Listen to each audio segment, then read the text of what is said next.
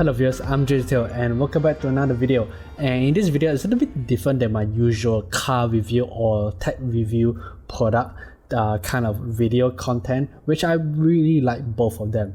But in this video, I'm going to talk about like cameras, a little bit about cameras, because recently I just bought a Sony A6400, which right now I'm filming right now. And it's a great product overall in general. But today I'm not going to talk about the camera itself. I'm going to talk about the lens, which is, this is the lens right over here, the Sony 18mm to 135mm kit lens. Now, why do I say kit lens? Well, basically, kit lens is a very basic start-off camera kit lens for any new beginner. And just right off the bat, I'm not a very professional photographer or videographer by any means. You know, I'm just a person who just likes to take photos on his iPhone and videos in general. And for me, I want to step up my quality when it comes to content. So, which is why I bought the Sony A6400 to begin with, to make a much more better, improved content in my channel. And of course, I've been using this 18mm to 135mm kit lens for a couple of months at this point. For those who's out there that just want a fast conclusion on how great this kit lens is, well, in summary, it is a great lens.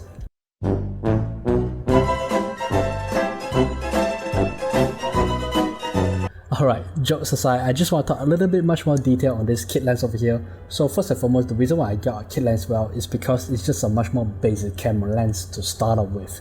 So yeah, of course there are many optional camera lenses out there, but it's definitely going to be very expensive, and believe me, there are very expensive camera lenses out there.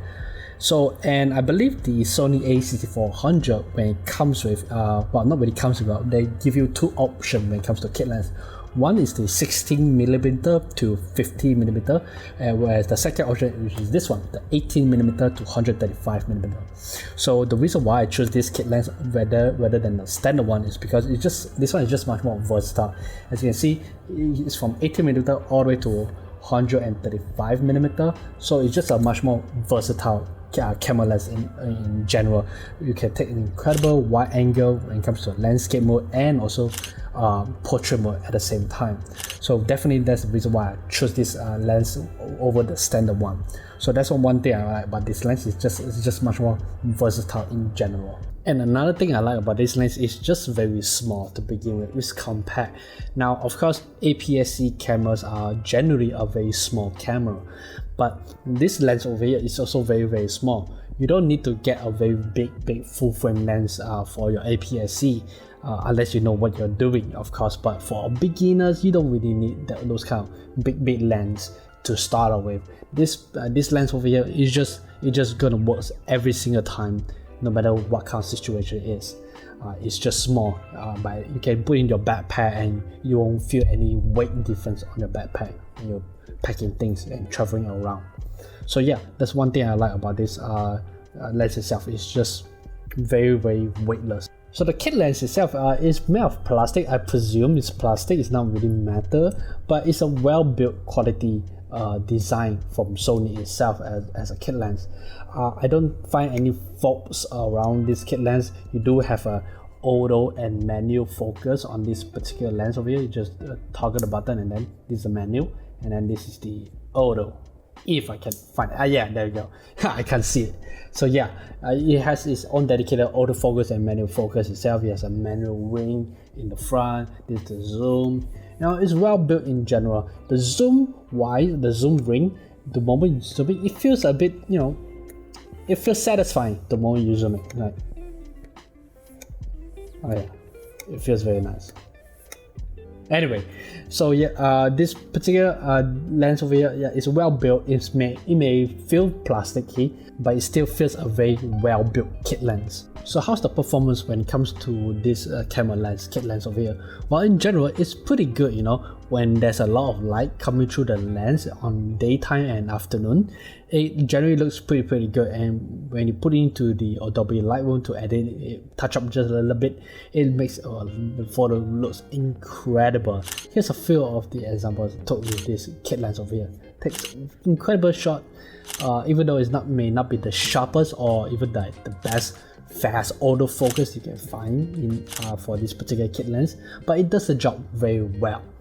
When it comes to low light, now this is where I don't really like about this kit lens over here.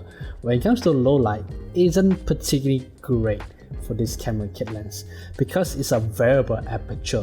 What do I mean about a variable aperture? Means that it's a 3.5 aperture to 5.6.